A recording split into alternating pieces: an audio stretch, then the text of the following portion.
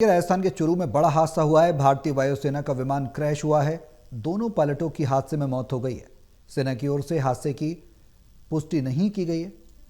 प्रशासन बचाव दल मौके पर पहुंचा है। वायुसेना ने कोर्ट ऑफ इंक्वायरी का आदेश दिया है।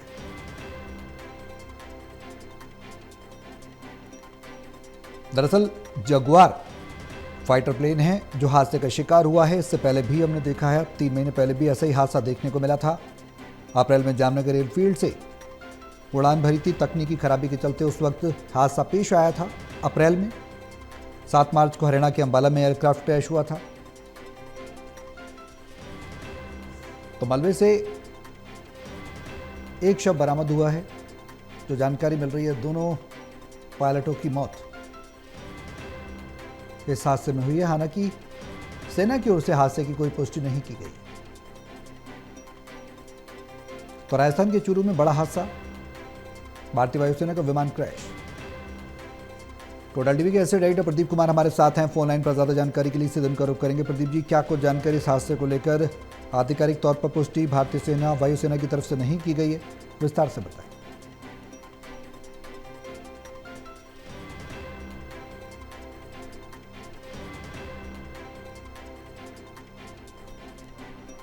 दुर्घटनाग्रस्त हुआ है।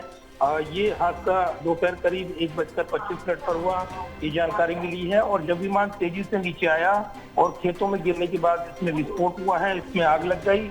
हादसे में जो मौत हुई है, दोनों पायलट की दुखद मौत हुई है, ये जानकारी अब पुष्टि की हो गई है।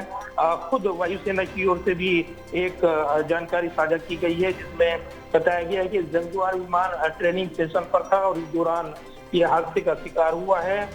फिलहाल इस पूरे मामले की कोर्ट ऑफ इंक्वायरी यानी जो उच्च स्तरीय जांच है, उसके आदेश दिए गए हैं। आगे की जांच के लिए अब यहाँ पर ये जो कमेटी है अपना काम करेगी। लेकिन एक दुखद हादसा और कहीं न कहीं एक बड़ा हादसा, जिस तरीके से जगुआर फाइटर जेट दुर्घटनाग्रस्त हुआ है और राहत बचाव अभियान के बाद वहाँ पर जो पायलटों के जो शव हैं वो बरामद हुए हैं, ये जानकारी मिली है। तो ये जरूर है कि हादसे की कारणों की जांच के लिए अब कोर्ट ऑफ इंक्वायरी का आदेश दिया गया है, जो पूरे हादसे की जांच पड़ताल करेगी, अपनी रिपोर्ट सौंपेगी। प्रदीप जी, बड़ा सवाल है, इससे पहले भी हमने देखा, 3 महीने पहले भी ऐसा हादसा अप्रैल में जामनगर एयरफील्ड से उड़ान भरने के दौरान विमान का हुआ। 7 मार्च को भी हमने देखा हरियाणा अंबाला में एयरक्राफ्ट क्रैश हुआ।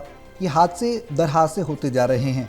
अब सवाल यही है कि जांच होगी, इंक्वायरी होगी, चीज़ें निकलकर सामने आएगी। लेकिन मौजूदा समय में क्या कुछ कहा जा सकता है? क्या कोई ठोस कदम उठाया जाएगा कि आने वाले समय में इस तरह के हादसे न देखने को मिले?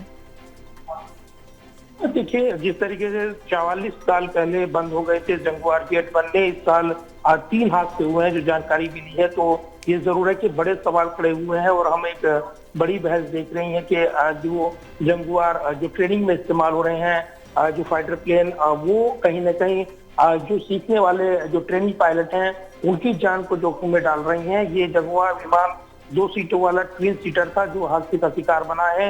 और जिसने जिस तरीके से यहाँ से सूरतगढ़ वायुसेना बेस से उड़ान भरी थी, तो जो हादसे का शिकार बना है, तो हादसे की जानकारी भी साझा की गई है। ये सूत्र जानकारी दे रहे हैं कि विमान चूरू जिले के जब रत्नगढ़ क्षेत्र में भानुदा गांव के पास गुजर रहा था, तब ये खेत में क्रैश हुआ है। और प्रत्यक्षदर्शियों ने ये जानकारी दी है कि विमान हवा में अचानक असंतुलित हो गया, तेजी से नीचे गिरा और फिर आग का गोला बन गया। तो हादसे के बाद इलाके में धुएं का गुबार छाया और स्थानीय लोग दहशत में आ गए। और उसके बाद यहाँ पर जो है ये जानकारी मिली है कि पायलट जो है, दोनों इस विमान में जो सवार थे, वो हादसे का शिकार बने हैं। तो जंगुआर एक लड़ाकू विमान है। 1970 के दशक में ब्रिटेन और फ्रांस ने इसको मिलकर बनाया। भारतीय वायुसेना 1979 से इसको इस्तेमाल कर रही है थी, और इससे पहले इस पर जब ये काफी पुराना हो गया, इस पर रोक लगाई गई। लेकिन अभी भी ये ट्रेनिंग के प्रोसेस में काम में लिया जाता है। तो ये इस साल का तीसरा जंगुआर विमान हादसा है, जो चिंता का विषय है। इससे पहले अप्रैल 2025 में हादसा हुआ था, जब एक जंगुआर विमान क्रैश हुआ था। उसमें भी पायलट की में से 2 पायलट से एक की मौत हो गई थी, दूसरा सुरक्षित इंजेक्ट कर गया था। इसके अलावा मार्च 2025 में भी हरियाणा के अंबाला एयरबेस से उड़ान भरने वाला जंगुआर विमान था, वो क्रैश हुआ था, लेकिन पायलट सुरक्षित बच गया था। लेकिन आज का जो विमान हादसा हुआ है, इसमें दोनों पायलट जो है इस हादसे का शिकार बने हैं। एक दुखद घटना वायुसेना के लिए एक बड़ा झटका।